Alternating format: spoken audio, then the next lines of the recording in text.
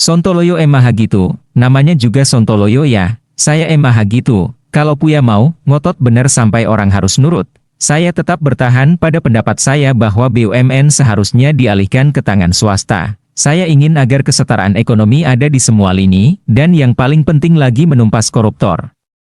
BUMN berjalan dengan baik di negara otoriter seperti Singapura dan Tiongkok, namun, di luar negara otoriter, tidak berjalan dengan baik, bahkan tidak ada. Coba kita cek, BUMN Taiwan. Ada nggak? BUMN Korea? BUMN Spanyol? Kita lihat, adakah yang memegang dan mencengkeram ekonomi dengan kuat di negara-negara tersebut? Kita lihat, dengan adanya BUMN, apakah kemiskinan hilang dari muka bumi Indonesia?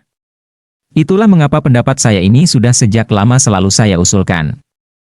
Bagaimana cara mengecilkan jarak antara yang kaya dan yang miskin dengan meniadakan BUMN? Bingung kan? Memang sih, cara ini sangat lain, berbeda dengan yang ada. Cara ini mungkin banyak membuat orang tercekat karena saya harus menyebut suatu fakta yang banyak orang mungkin tabu mengucapkannya, tetapi yaitu tadi, ini fakta. Faktanya, penduduk mayoritas di Indonesia, saat ini ekonominya minoritas, misalnya saya sebut agama, Islam agama mayoritas, tetapi ekonominya tidak dikuasai oleh mayoritas, hanya 30 hingga 40% saja, sisanya dipegang oleh minoritas. Benarkan, tulisan ini bikin tercekat. Di sisi lain, minoritas WNI keturunan Tionghoa, hanya 4% populasi, namun, mereka memegang mayoritas ekonomi di Indonesia. Betul kan? Ya, saya tahu memang tabu bicara seperti ini, tapi kenapa takut sih? Justru ini positif buat saya, WNI keturunan Tionghoa itu tidak saya salahkan, mitra bisnis saya yang keturunan Tionghoa ada kali 30% dari bisnis saya, dan saya tidak masalah. Namun, dalam jangka panjang, kalau tidak disetarakan akan menimbulkan kecemburuan, bukannya mereka kita kenakan pajak dan kita tekan, atau kita usir, ya nggak begitu juga. Mereka kan sudah WNI. Justru yang harus diangkat itu yang belum naik, yang mayoritas. Bagaimana caranya? Sederhananya begini, 4 bank BUMN Indonesia, total dana tabungan pihak ketiganya sekitar 4.000 triliun, buat program khusus bagi hasil, kita pilih di setiap provinsi. Akan ada pengusaha yang akan dapat standby facility 1 triliun rupiah sebanyak 5 orang per tahunnya, bagaimana?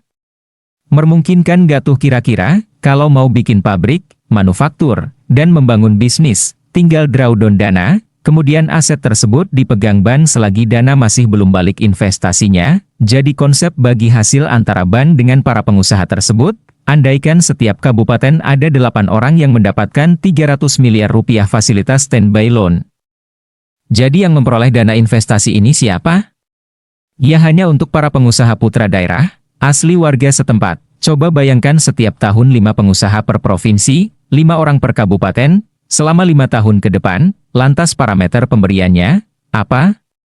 Tentu sudah kita siapkan dulu, Indonesian Businessman's Got Talent-nya, harus transparan dan terbukti amanah, dengan demikian, akan terjadi sebuah pemerataan pendapatan dalam waktu dekat. Dengan selected trickle-down effect, ekonomi akan berputar cepat, dan salah satunya yang mereka beli adalah BUMN yang terlalu banyak itulah, dengan menggunakan fasilitas negara, dimerger dan dijual ke pengusaha lokal asli daerah masing-masing melalui mekanisme bursa saham.